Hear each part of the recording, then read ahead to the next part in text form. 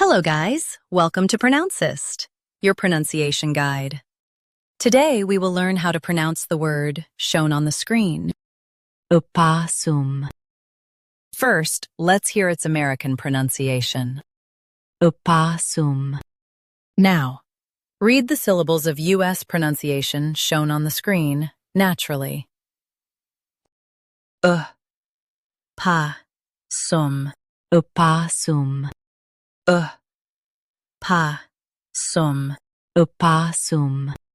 Now, let's focus on British pronunciation of this word. Possum. Now, read the syllables of British pronunciation shown on the screen naturally. Possum. Possum. Possum. Possum. In U.S., stress PAA and say sum. In UK, use POS. Opossum. Possum.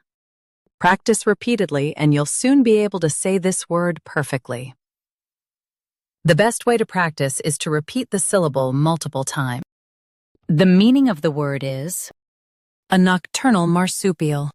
Try repeating this word several times to improve your pronunciation. We post daily videos on useful and commonly mispronounced words to help you speak clearly and confidently. Like this video and subscribe to Pronouncist for more pronunciation guides. Thanks for watching us.